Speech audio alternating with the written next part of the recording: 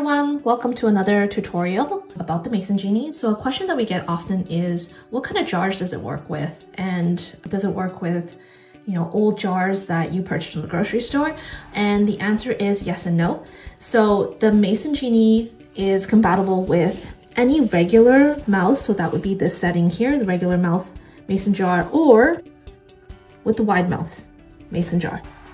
And sometimes certain jars at the grocery store that you get, like this old pasta sauce jar here, is going to actually be the same size as a regular mouth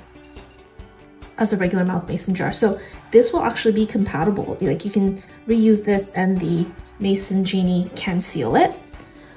Another example is this one here. This is like an old Rouse spaghetti sauce jar, and this one is actually not the same size opening as a wide mouth. So you'll see here it's a little bit smaller, and because of that it is not going to be compatible, so you cannot use this. So the answer is it depends. You need to actually measure the opening of that jar to make sure that it will work. And these here this is a Bernardin jar, this is kind of a no-name mason jar. They're both wide mouth. As you can see, it's a standard size, so both of these will work. And then this one here is a ball jar. So for those wondering, is it compatible with ball? Yes, it is. So this one is a wide mouth jar. Now, in terms of the lids, the flats, which ones can you use and which ones can you not use?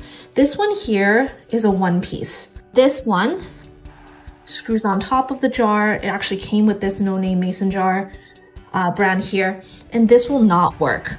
And that is because the Mason Genie requires an opening here in order to suction the air out, and this does not allow that, so it's not going to work.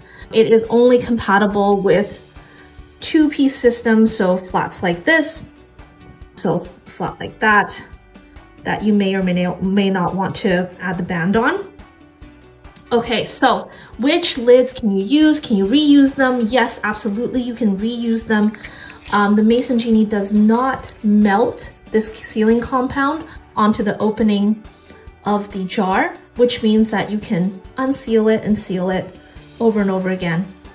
You want to make sure that the lid that you use isn't too dented. Like this one here has gone through, quite a bit of use.